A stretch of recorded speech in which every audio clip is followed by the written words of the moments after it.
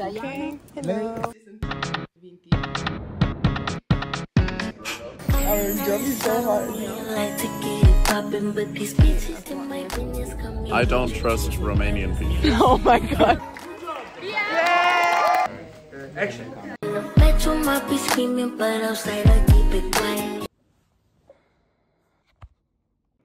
Clima e pe 25, evident, să nu îngheț.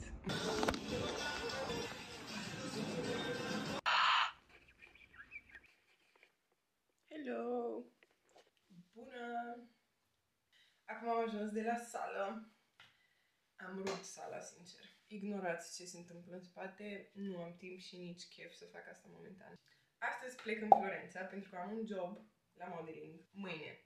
Doar că mergem de astăzi ca să fiu odihnită și pentru că, nu știu, în Italia asta e o chestie. Să mergi pentru un studio în alt oraș, adică nu vă gândiți că o să facem poze pe stradă și wow, vezi Florența și bla bla bla. Nu, pur și simplu mergi cu echipa din Milano în Florența ca să faci poze într-un studio. Nu știu, probabil hainele sunt acolo, I don't know. Ok, pe lângă asta, ce mai trebuie să fac? Trebuie să fac unghiile, deci să... Oribile, da, știu. Ce să fac? De obicei mi le fac cu semi-permanent. Ultima dată când am fost la unghi în Ibiza, teroare pe unghiile mele, sincer. Mi le-au subțiat super tare și mă dureau, efectiv, și am zis că fac o pauză. Oricum, dacă lucrez săptămâna asta și săptămâna viitoare nu am voie să am unghii, așa că e perfect. O să le dau cu aceton, o să le dau puțin în formă și eventual cu un lac transparent și gata. Am fost la sală, am rupt sala, a fost superb.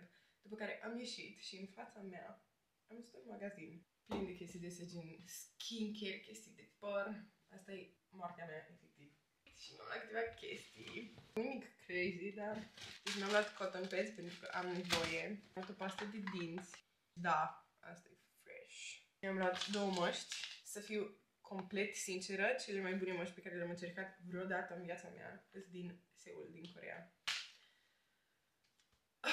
Cum se numea? Olive Young, un magazin care avea toate chestiile posibile de skincare și avea și make-up. Țin minte că am văzut make-up de la Laneige, care cred că a apărut în Europa după mult timp. Cred că nici nu au apărut toate. Produsele pe care le găsești acolo, nu are rost, nici nu mai vreau să mă gândesc. Când am plecat din Seul, după 3 luni în care am stat acolo, mi-am luat un bagaj special doar pentru cadouri pentru prieteni și pentru produse de skincare. Celelalte măști care îmi plac super tare sunt astea de la Garnier. Eu le dau nota 12 din 10. Asta e preferata mea cu coconut.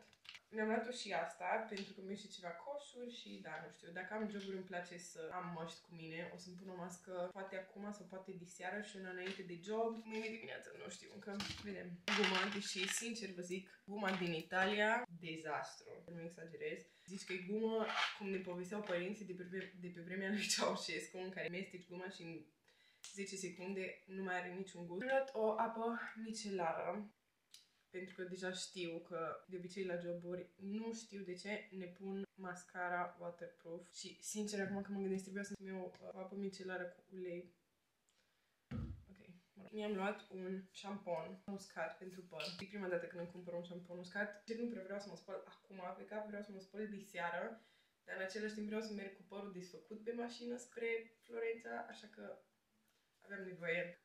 Nu știu cum miroase. Wow! Super! Dacă dă și volum, cam atât. Și mi-am luat un cappuccino. Wow! Și cu puțină scorțișoară. Very cute, very demure.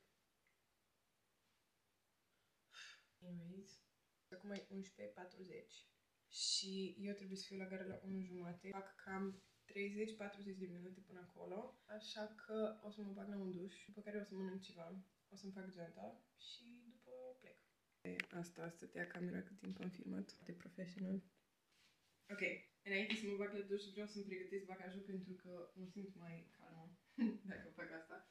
Nu am nevoie de multe chestii, stau o noapte. Deci hainele cu care merg azi pe mine, probabil cu ele o să mă întorc mâine și o pijama. Nu? Da. Vreau ceva super confortabil. Să-mi iau blugi. Vreau să fiu foarte casual, adică vreau să arăt bine, nu? Evident. Evident. Da. Nu. Parcă, nu știu, vreau blugi oare. Nu-mi plac ăștia. Wow! I love them! Parcă da, dar parcă nu. Dar nu am bluze cu care să-i port. Nu. Efectiv, nu. Ok, nu e cel mai bun loc să pun camera, dar, mă rog, prima dată o să-mi fac geanta, o să-mi pun toate chestiile de care am nevoie. Doamne, de ce se pune așa mult praf? Pijamaua. Aici mai am o pereche de pantaloni și un tricou. Și aici am șosete și lingerie. I-am pus. Aici am o borsetă cu pasta de dinți, periuța de dinți. Aici am gelul de față.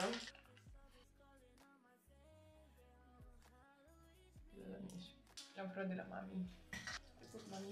Nu o să iau toată chestia asta, cred, sau? Ba da, ok. Nu. Câteva dischete, așa.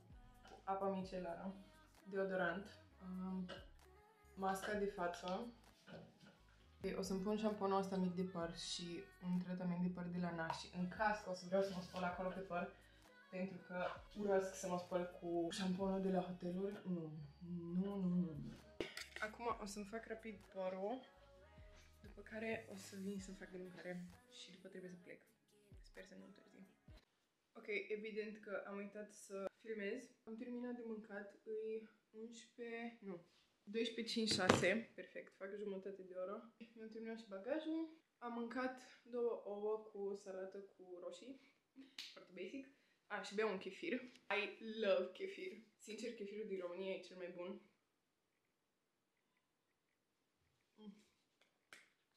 Fac, da, nu am găsit acetonă. Încerc să nu mănânc sau să beau foarte multe lactate, dar chefir e foarte sănătos pentru că e fermentat și are probiotice. Beți chefir? Am lipsit 2 săptămâni de acasă, așa că nu știu cum mai e în viață săraca plantă, dar îi pun acum multă apă și sper să-și mai revină pentru că era foarte drăguță. Oricum, când mă întorc trebuie să-mi fac curățenie. And this here. Și mai trebuie să-mi iau încărcătorul acesta. Ok. Și nu v-am arătat cum am îmbrăcat, nu? O secundă. Deci mi-am luat o maletă neagră și cu blugii ăștia super largi. Așa. Super largi. Geaca asta. M-am machiat foarte puțin și o să-mi iau bucaci în picioare. Îmi pare rău că nu am acetonă să pot să-mi dau lacul de pe unghii jos, dar aia e. Și ăștia simpli negri. Ok. Sincer, mi-aș fi luat GG-urile, doar că le-am adus efectiv din Ibiza ude. Acum sunt pe calorifer. Le-am adus ude pentru că le-am uitat afară și au plouat pe ele, nu au plouat. Efectiv furtună. Bine, arată foarte bine cu bocancii. Nu știu unde să le pun să vă arăt. Așa. Și cu manetă neagră. Geanta destul de grea. Cu laptopul, încărcător la cameră, încărcător la telefon, încărcător la laptop. Sticla asta de apă cu mine. Avem un drum de 3 ore, da? 2 clementine și un măr. I don't know. Sau? Cred doar 2 clementine în care mă atrage mărul ăsta. Trebuie să ies din casă acum.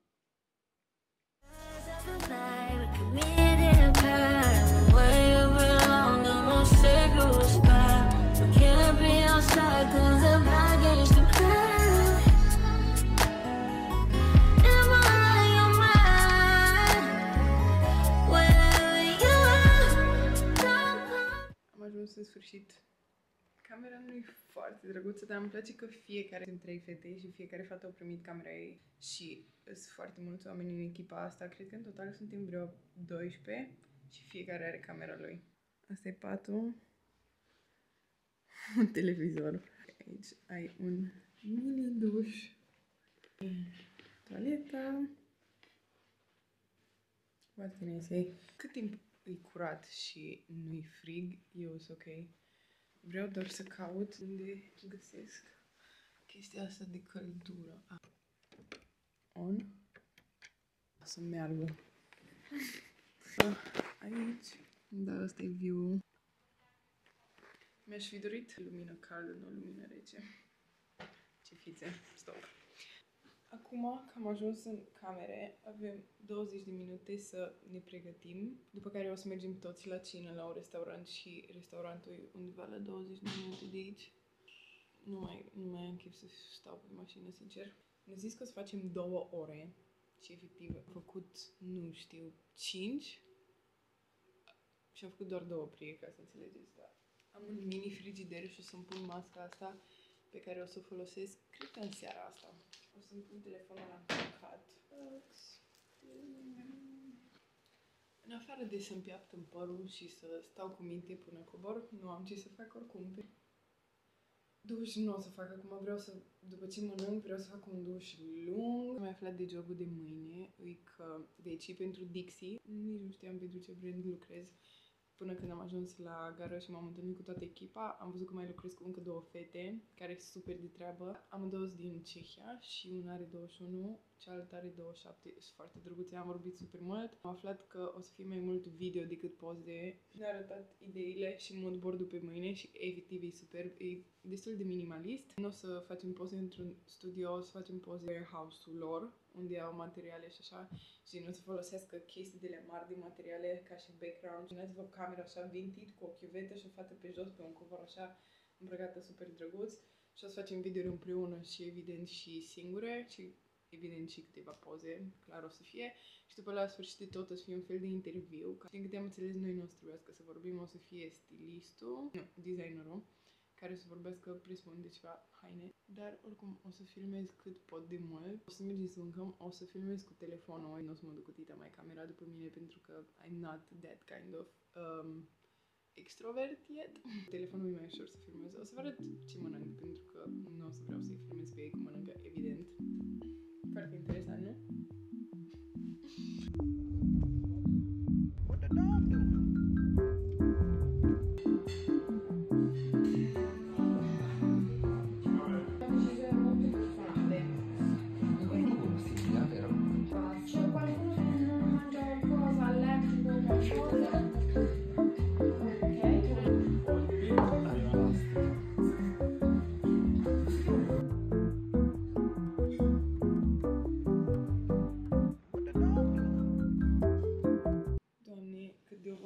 Acum am ajuns înapoi de la restaurant. Eu nu înțeleg cum au putut să tragă de timp. Nu înțeleg cum au putut să stăm până atâta de târziu. E efectiv 11:30. Și noi trebuie să fim jos pe la 8. Eu cred că o să mă trezesc pe la 7:50. Oricum nu trebuie să mă machiez, nu trebuie să fac nimic. Dar acum e 11:30. Mor. Trebuie să mă spăl pe păr.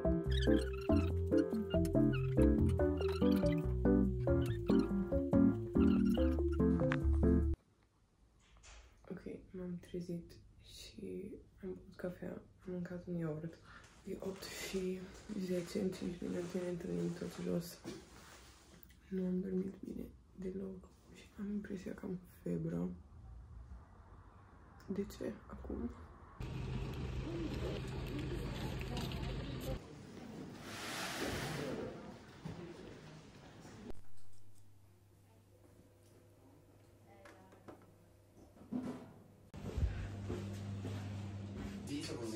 Così perché uno vendiamo entrambe le cose. Però per a te, dimmi.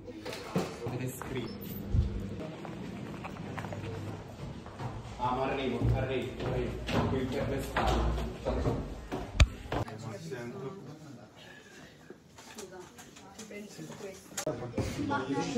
And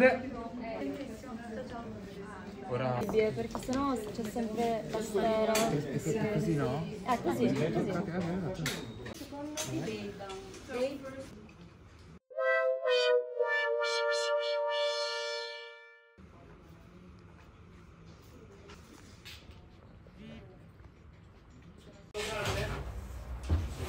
Bună dimineața! O să filmez cu telefonul pentru că mi-e mai ușor momentan. Stați o secundă. Merge mașina de spălat, but anyways. Asta e magia pentru frumusețe. L-am luat din Sephora. Mi-am pus masca asta de la Garnier pe care v-am arătat-o. Știu că nu am filmat foarte multe de la job, dar sincer nici nu prea aveam ce. nu puteam să vă arăt toate hainele și a fost un job ok. Am mâncat prânzul pe la ora 3, doar că a fost o mică problemă. Deci toată lumea a mers la ora 3 să mănânce prânzul și mi-a zis stilista să merg cu fotograful să termin un look și am zis ok. Și pe când m-am întors, doar 3 meniuri vegetariene pentru lunch și erau pentru mine și celelalte 2 mădere și cineva la meniul meu. Și efectiv celălalt meniu era cu paste pesto, cu porc. Și eu nu mănânc carne de 3 ani. Așa că am mâncat câteva paste pentru că mi-era foame. După care am plecat din Florența pe la 6:30 și am ajuns în Milano aseară la 11:30 seara. M-am grăbit să iau metrou pentru că aici merge metrou doar până la ora 12. Și am ajuns efectiv cu ultimul metrou acasă, which is amazing, pentru că dacă trebuia să iau taxi, plăteam aproximativ 40-50 de euro, pentru că taxiul din Milano, dacă nu știați, e insane. Cum e 9 zi, mi-am pus azi dimineața alarmă la 9:30 și m-am trezit, am oprit-o și trezit după la 12 după masa, da? Ok. Am pus hainele de sport cu mine. Trebuie să merg în câteva părți prima dată să rezolv ceva chestii. După care, prima dată vreau să-mi iau o cafea, pentru că nu am cafea acasă și am băut un ceai cu mentă și miere. Da, am nevoie de cafea, sincer. M-am și îmbrăcat gros, am o rosă de la Zara cu un tricou care nu merge deloc, vă zic sincer, are chestia asta, dar nu vede nimeni, nu? Și cred că o să-mi iau UGG-urile și geacă încă nu știu care mi-o iau, dar I'm in the mood. I'm in the mood to record something. Am hainele de sală la mine, merg la sală. Amazing, dacă vedeți cu ce față m-am trezit azi dimineață, mi-era atât de uscată cum am purtat ieri machiaj toată ziua, wow. Am aflat că, o să merg săptămâna viitoare, deci luni merg în Rimini, lucrez marți, mă întorc marți seara și miercuri merg în Veneția. Și cred că ziua aia o să și lucrez, pentru că din câte țin minte, Veneția nu e așa departe de Milano, parcă. Sigur o să fie un tren foarte devreme, dar... Și după, cred că o să vină o prietenă la mine în Milano și dacă vine, o să fie superb. Să vrem să facem o grămadă de content, Blada, dacă vede asta, I kiss you. 23 am un shooting pentru un editorial, da. Mă pun să filmez un reel. Vă pup! Ne vedem când mă duc la cafea. Sper să nu mai uit să filmez, sincer. Se vede cât de frig e. Pe strada asta locuiesc eu. Și o să merg la cafeneaua asta. E super drăguță. Și o să-mi iau un cappuccino. Abia aștept. Gata. Doamne, aș putea să beau 1 litru. Ce frig e. Am terminat tot ce am avut de făcut. Acum merg spre sală, mai am 5 minute și ajung. Bag tare la sală, cam 40 de minute, că oricum am umblat destul de mult. O să merg acasă rapid, o să mănânc ceva și după ies în oraș cu o prietenă. We're gonna yap the shit of that glass of wine.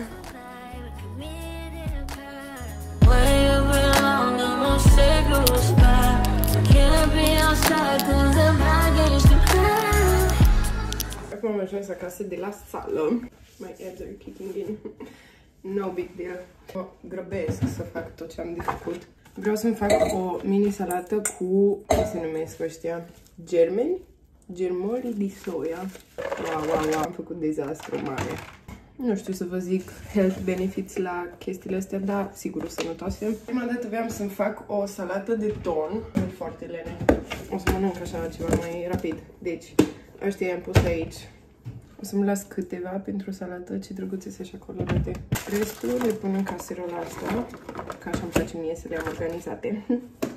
Am luat și apio ador. Le pun în bol. Nu sunt de alea de care voiam să fac, deci nu au gust bun. Asta o să pun în frigider așa, pentru că până acum îl puneam în apă, în frigider. Și am văzut pe net că de fapt nu e bine, pentru că așa fac un fel de microbi și cel mai bine e să pui lămâie pe avocado și așa să-l pui în frigider. Salut! Tot alaltă zi, este luni.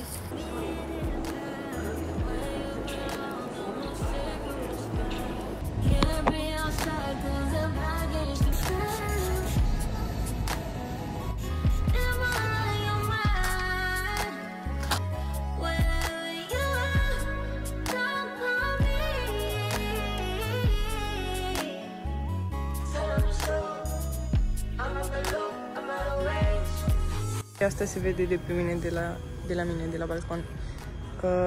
Sincer, zici că sunt undeva în Cluj. Ce bine că mi-am făcut ceai de acasă.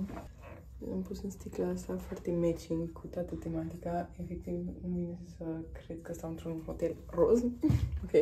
Și după o să fac un duș. Știu că nu am mai filmat. Nu am nicio scuză, sincer. Pur și simplu am uitat și ieri n-am făcut foarte multe chestii. Nici nu mai știu ce am făcut. 7:50 am avut trenul spre Rimini. Mâine lucrez pentru Terra Nova. Mai lucrez cu o fată care e din Danemarca. O cheamă Alma.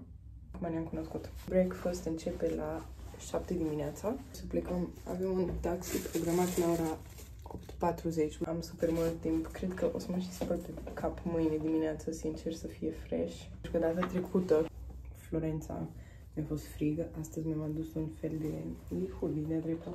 Cu pantaloni lungi de pijama, evident. Să iau sleeping gummies. Brandul ăsta mi-a trimis 3 pachete de sleeping gummies. Nu pot să zic că mi se pare foarte curat. Sincer o să fiu, dar mă rog. Era să uit de ceaiul meu. Noapte bună!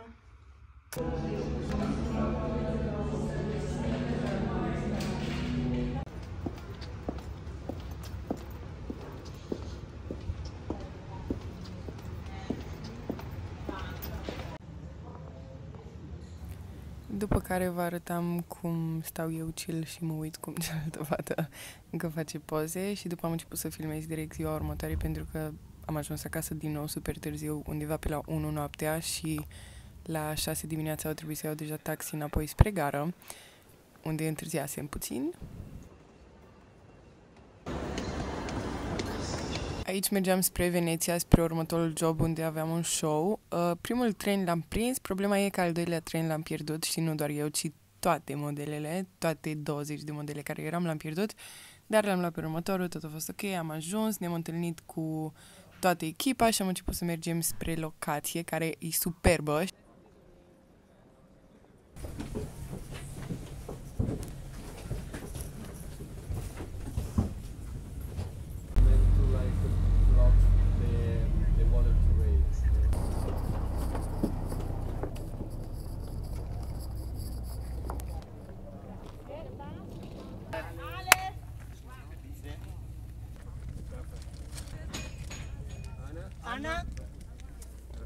I don't trust Romanian people. Oh my god. I'm not even sure if it's still working. Yeah.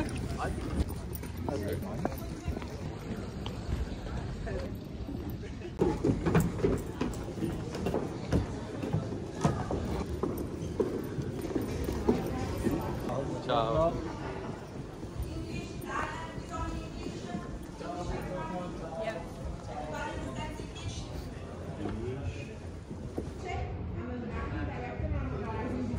She's your coordinator, and there is Tommaso, who is the choreographer of the défilé. Okay, you will find one bottle of water. Now I'm finishing with it. So basically today, this morning, we'll start doing hair and makeup, and we'll do a few test runs of the whole fashion show. You all have been assigned a rack of clothes, and because there'll be multiple fashion shows, we decided to divide it in models and not in fashion shows. So you will each have a separate rack with all the assigned looks for each show. Stop being so conceited. Start from here, okay?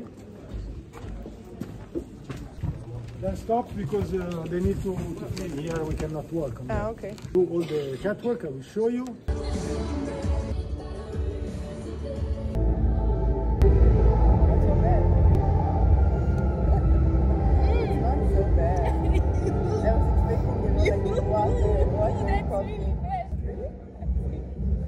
You stop here. Don't go out. For the big final, we can just do a big group random here. Okay. Hello. Tra le prime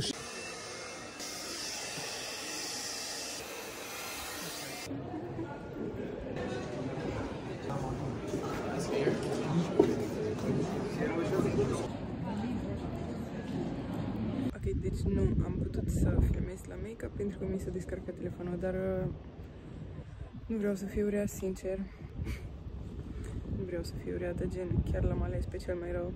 Că gen, erau mesele libere și puteai să mergi să alegi pe cine vrei. Și nu neapărat că am ales, m-am dus și am întrebat, este loc la make-up? Și mi-a zis, da, hai, și era singurul băiat. Și când e un singur băiat, înseamnă că e super bun. Am vreo 3 pompițe de fond de ten pe paleta aia, le-am amestecat și o folosim nici măcar jumate. Cum vrei să-mi arate bine conturul dacă nu pui fond de ten pe față? Ok, deci mă uitam prin chestiile astea și acum am găsit o pereche de ochelari de schi pe care o... Și uite ce drăguț sunt pantalonii ăștia și am aici o șapcă. Vai, cât de drăguț. Și setul ăsta mi se pare iarăși foarte drăguț. E un material așa bun. Aici avem look-ul.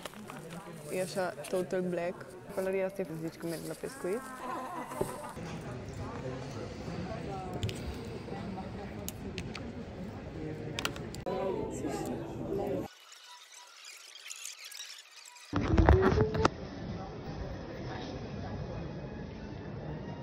So this is how you're gonna walk. Okay, show us. She's nice.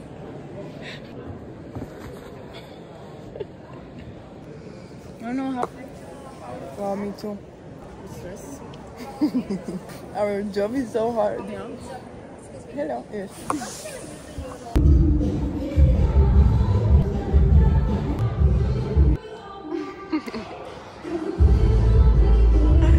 Okay, deci până acum we did 4 looks until now. This is the 5th. Yeah.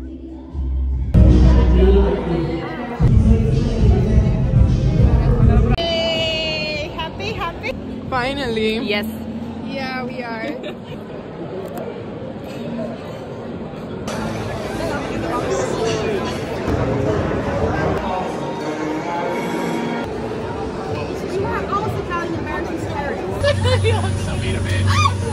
He's so vlogging this. Bergamo. Parla.